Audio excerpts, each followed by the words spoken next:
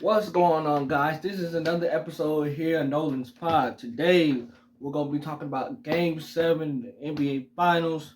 Indiana OKC. It's over. OKC did it. They accomplished it. They won the championship. Very hard fought. Um,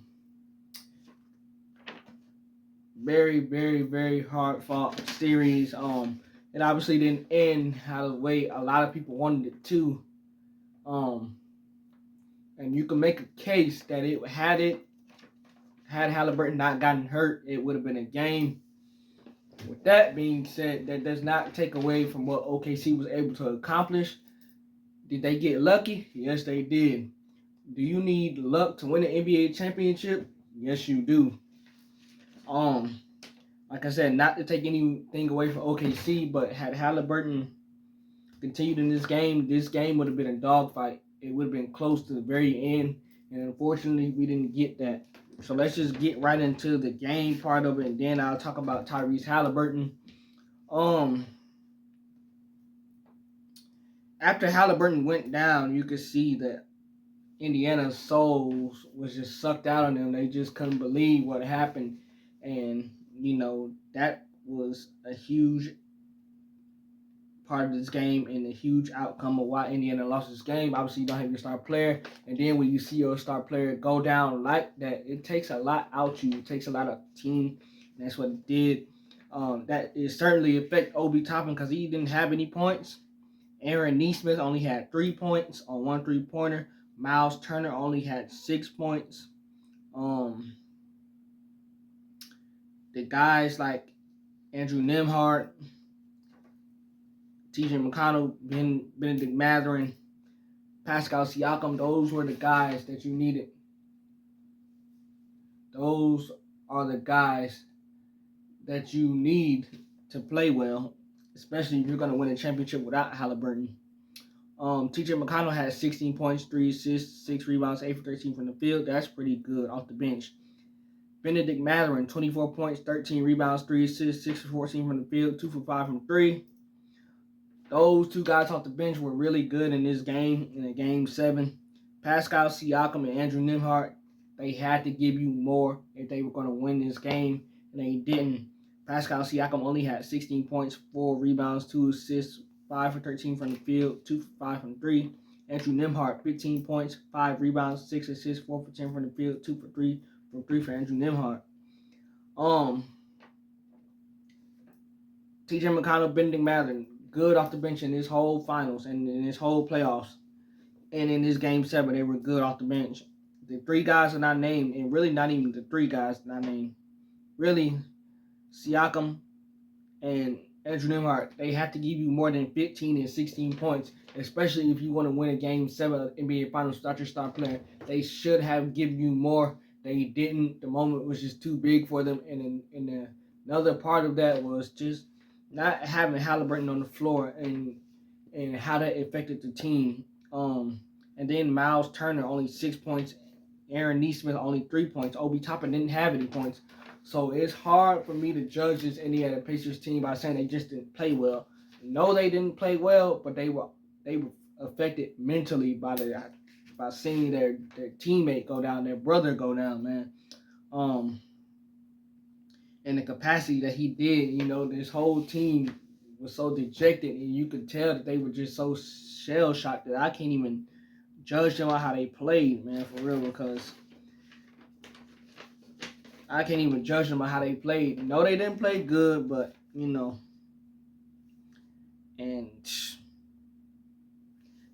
Indiana, one reason why they lost, they had 23 turnovers.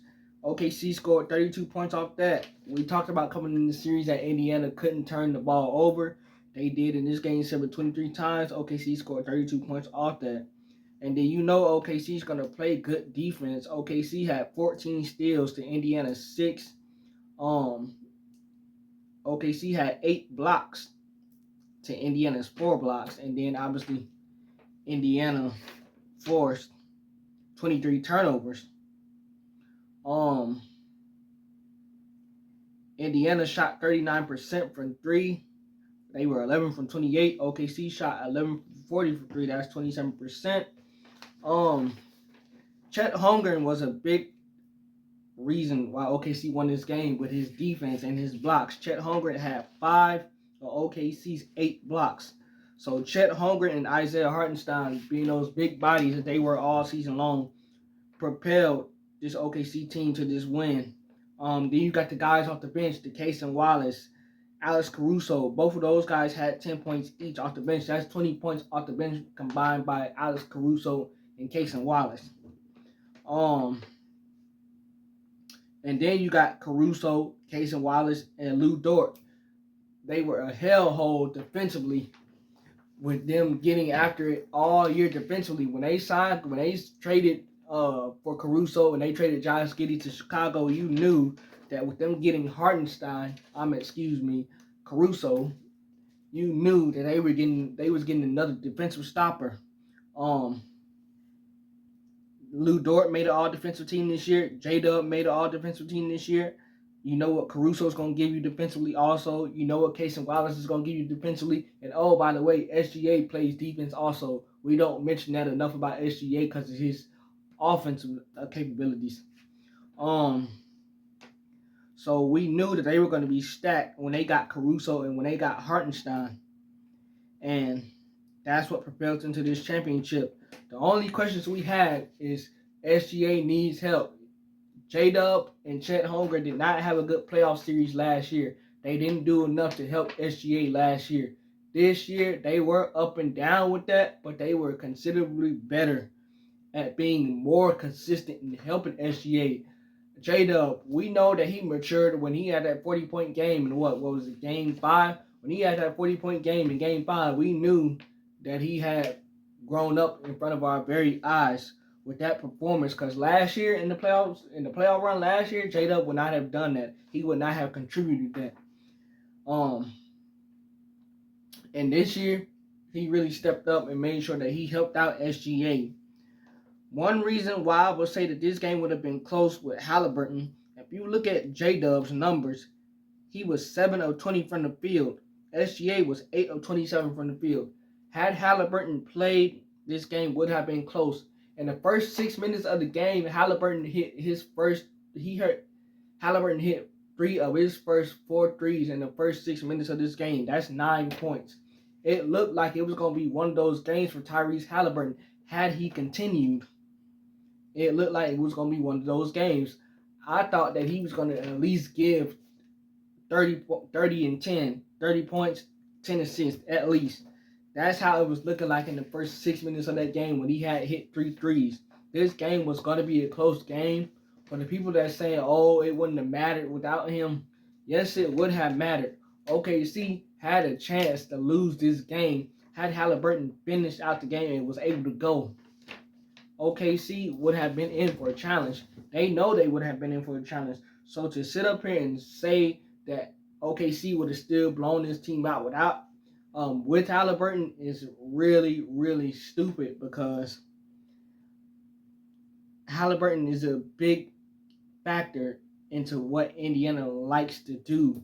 And I know OKC blew a lot of teams out this year, regular season wise, but playoffs, they were taken to Game 7 twice. They won against Denver by like 30 plus in the Game 7. And then Indiana took them to Game 7. And all these OKC fans say, yeah, it's going to be really easy, and we're going to do this and we're going to do that. But the moment that y'all were taken to y'all limit, y'all were crying and shocked because, these teams was pushing y'all to y'all limit. Obviously, y'all got lucky. Y'all got away with one because Hailburton got hurt. But to sit up here and say y'all would have still blown this team out, no. What have y'all watched all season long? Y'all counted this Pacers team out all season long, and yet y'all thought it was going to be easy. Denver took y'all to 7 games.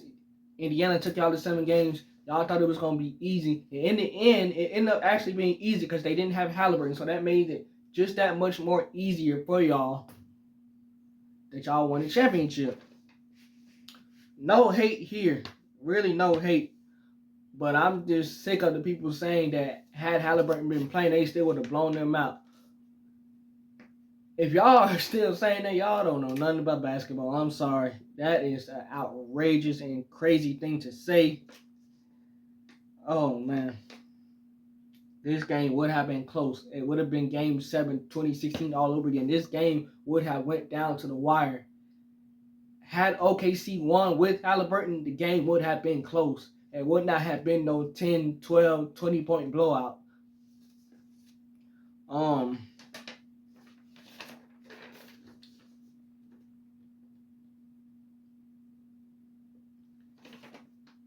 and then you got to give hats off to Sam Presti, Mark Dagnall. Sam Presti has put this team together for years. Even with the KD type teams, man, he's put this ball club together for years, and they just wasn't able to get over the hump with this team. They got over the hump. Sam Presti definitely drafted well. He definitely made trades, and he has got them 15 future first round picks. So you have to give credit to Sam Presti for trading Paul George for SGA to the Clippers. Give him credit for getting SGA and seeing that through. Give Sam Presti credit for drafting J-Dub and for drafting Chet Holmgren. Give Sam Presti credit for finding guys like Cason Wallace, um, trading for Alex Caruso, signing Isaiah Hartenstein in the free agent deal, finding guys like Aaron Wiggins, the other Jalen Williams, um, just finding those guys, man, finding Dort, you know. Sam Presti deserves a lot of credit for how he's put this roster together. We can now say that this roster is better than the Durant, Harden, or Westbrook roster. This OKC team is better than that roster. They won the championship, and the Durant guys they lost in the finals. This team is definitely better. One thing about that Durant team, they were definitely top heavy. This OKC team was not top heavy. They go 10 or 11 guys deep in rotation throughout this whole regular season, throughout this whole playoffs. This team was not only top heavy, they were equipped all the way around. All 15 guys on this ball club could come in. They have a bench that can start if you need them to. So I don't even want to hear. It's not even the argument anymore about which OKC team is better, the Durant teams or the teams with SGA. It's definitely SGA. And you have to give Mark Dagnall a lot of credit for seeing this thing through. They went through a full rebuild, and they went through some tough years, and, look where it's gotten them to now. One thing I would say about this OKC team is they are set up for the future. But one other thing that I would say is it's hard to win in the NBA, and the NBA is constantly always changing. I see people say they might go back to back. It is so hard to go. And I'm not counting them out. I'm not doing that. But it is really hard to go back to back, especially when we've had an NBA champion of a different team 7 years in a row. It's hard to go back to back. Everything has to go right. You have to hope that y'all have the same chemistry coming back. You have to hope guys don't get hurt. You have to hope that guys are doing well physically and mentally. And you have to hope that your roster stays the same. Like these guys, they win these championships nowadays, and when they get the money offered to them, they're free to go wherever they want to. They free to go wherever they want to. So you have to keep that in mind too. I don't think this team is gonna break up nothing that much. But I do think that it's gonna be a challenge, especially with the Western Conference is deep with the Rockets just getting Durant, the Lakers with Luka and LeBron. You still got Denver. We don't know what Memphis is gonna be. San Antonio could possibly get Giannis. We don't know what Phoenix is gonna be, but they're gonna be right there. You got Dallas. They gonna get Cooper Flag. They got AD. They're looking to sign CP3 until Kyrie gets back, and then when Kyrie comes back, and then you got the tall front line of AD, Daniel Gafford, who just signed an extension, the young Derek Lively, and then you got Cooper Flag coming in there. He's going to join that front court too. So you have teams that are in there that's going to challenge this OKC team, and that's why I say that it's going to be a dogfight. The Eastern Conference is wide open next year with guys being hurt. You got Boston. They're not going to be with Jason Tatum. They just traded Jrue Holiday last night, matter of fact. You got this Indiana Pacers team. Hailburton's going to be all next year. We don't know what they're going to be.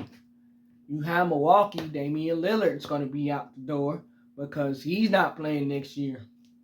And then Giannis is possibly looking to leave. And then you got teams on the come up like the Orlando Magic. You have teams on the come up like Detroit. The Hawks can possibly get a 6th seed with the East being so wide open. You still have Cleveland. You still have the Knicks. But the only thing with Cleveland, they're fake. And I have been saying that all year. They're fake, so I don't believe in them. The Knicks just had their best season in like 25 years. They fired Thibodeau. Now they're searching for a new coach, and it don't even sound like they have a plan of what in the world they want to do. So the Eastern Conference is wide open next year. So whatever team wins next year, it's going to probably be a Western Conference team. What is OKC? That remains to be seen. But OKC is definitely going to be challenged. They're definitely going to be challenged, and it definitely is hard to go back-to-back. We haven't seen a team go back-to-back and win a championship back-to-back years since the Golden State Warriors and the Durant days, which is not too far off. But, man, hats off to SGA. We give OKC credit when credit is due. He won the regular season MVP. He won the Western Conference Finals MVP. He won the scoring title. And he won the Finals MVP. So SGA is coming into his own. And when we talk about face of the league, SGA has to be face of the league now. When we talk about, give it to Ant-Man, give it to Tatum, give it to Giannis, give it to LeBron, give it to Luka. No, SGA is the face of the league. Look at what SGA just did this season. That is hard to do what SGA did this season, and to lead a team like he led them with such a young team. This is the youngest team since I think the 77 Portland Trailblazers to win an NBA championship. Matter of fact, those guys are so young that they didn't even know how to pop the champagne. Alex Caruso, who they call Unc, who's only 30 years old, is Caruso. He's only 30. He's already getting called Unc. He had to show those young guys how to pop the champagne. And obviously, half of those guys on the team are barely old enough to even drink, so of course they don't know how to pop champagne, whatever. But Caruso joked, I got my first real championship now, because of 2020 bubble Lakers, But this was reminiscent of when Toronto played Golden State and KD tore his Achilles and then Klay Thompson tore his ACL. Even Danny Green admitted on SportsCenter yesterday that they got lucky with that happening, and that was the reason why they won the title, because they got lucky with those injuries that Golden State had with Klay Thompson and Kevin Durant. This is what it reminded a lot of the world of with Hailburton. It reminded us of the Durant torn Achilles in the finals. I'm not taking away anything for OKC, but they definitely would have been challenged had Hailburton played.